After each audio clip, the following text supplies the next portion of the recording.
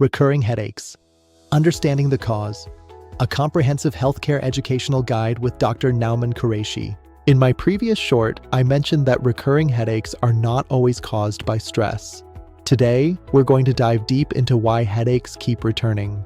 We will explore the different types of headaches, their common triggers, and most importantly, when a headache is a warning sign that requires evaluation. Understanding the cause is far more important than simply taking pain medication every time the pain appears. Knowledge is your first line of defense. Simply masking the pain can lead to chronic cycles. Our goal today is to help you identify the root causes and when to seek professional help. Section 1. What is a headache? To many, it feels like a primary condition, but medically, it is almost always a symptom of something else. A headache is a signal, an alert from your body that something within the complex network of muscles, blood vessels, and nerves is out of balance. The brain itself doesn't actually feel pain. Instead, the pain comes from the scalp, the neck muscles, and the membranes that surround the brain. These tissues are rich in pain-sensing nerves. When they are irritated, inflamed, or under excessive tension, they send messages to your brain. Section 2. The most common types of headaches. Identifying your specific type is the first step toward effective and personalized care. While there are many categories, most people suffer from one of these four. Let's break down the tension-type headache first. Tension headaches are the most frequent. They feel like a tight band or a vice squeezing your entire head. It's a dull, persistent pressure. They are usually bilateral, affecting both sides. Common causes include emotional stress, anxiety, and simple muscle fatigue from posture. The pain can last from 30 minutes to several days. While annoying, they are typically not a sign of a dangerous underlying condition. Now let's talk about migraines. A migraine is a complex neurological condition that involves much more than just a bad headache. Migraines are usually unilateral, hitting one side of the head. The pain is often described as throbbing, pulsating, or even stabbing. During an attack, sensitivity to light, sound, and even certain smells can be overwhelming. Many patients also experience nausea or vomiting. Some sufferers experience an aura, visual disturbances like flashing lights or blind spots, that warn them an attack is about to begin. Migraines can last for several days. They are a leading cause of disability worldwide, affecting work, school, and daily family life. Cluster headaches are rarer but significantly more intense. They occur in cycles or clusters that can last for weeks or even months. The pain is sharp, piercing, and focused around one eye. It often starts suddenly and can wake you from a sound sleep at night. These cycles are often followed by periods of remission where the headaches disappear completely for months or even years at a time. We also have sinus and medication-overuse headaches. Let's make sure we don't confuse these with primary migraines. Sinus headaches are actually quite rare and follow a viral infection. Medication-overuse headaches happen when you take pain relief too frequently. Section 3. Common triggers you can control.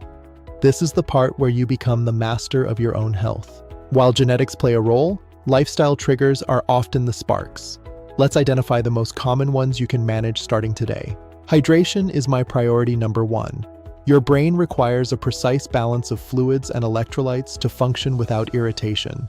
Even mild dehydration can cause the brain to temporarily shrink and pull away from the skull, which causes that familiar and nagging dull ache. Aim for consistent hydration throughout your day. Don't wait until you're thirsty. By then, your body is already signaling a significant deficit. Next is sleep. Both a lack of sleep and oversleeping are major triggers. Your brain thrives on a very specific and stable circadian rhythm. Try to go to bed and wake up at the same time every day, even on weekends. This consistency keeps your nervous system stable and calm. Good sleep hygiene, a cool, dark room, and avoiding screens before bed is one of your best defenses against frequent migraine attacks. Caffeine is a double-edged sword.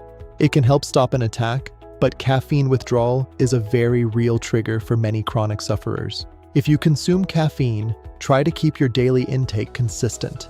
Rapid fluctuations in caffeine levels cause blood vessels to expand and contract. In our digital world, screen time is a massive trigger. The blue light and constant flickering of devices overstimulate the optic nerve. This overstimulation, combined with eye strain, can quickly lead to a tension headache or trigger a full migraine. Take breaks every 20 minutes. Every 20 minutes, look at something 20 feet away for 20 seconds. This simple habit resets your eye muscles and your brain.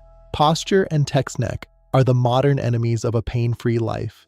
Looking down at your phone puts massive strain on your cervical spine. This strain causes muscle knots and tension that travels right up into your head. Be mindful of your desk setup and your phone usage. Always try to raise your screen to eye level. Your neck wasn't designed to carry the full weight of your head at an angle for hours. Emotional stress is perhaps the most well-known trigger. While we can't always avoid stress, we can change how our bodies physically react. Stress often causes you to clench your jaw and tighten your shoulders. These physical reactions are the direct cause of many tension headaches. Regular physical activity and relaxation techniques like deep breathing can reset your nervous system and prevent the buildup of tension. Finally, diet. Certain foods contain compounds like tyramine or MSG that are known triggers for sensitive individuals. Track what you eat. Aged cheeses, processed meats, and even some artificial sweeteners are common culprits.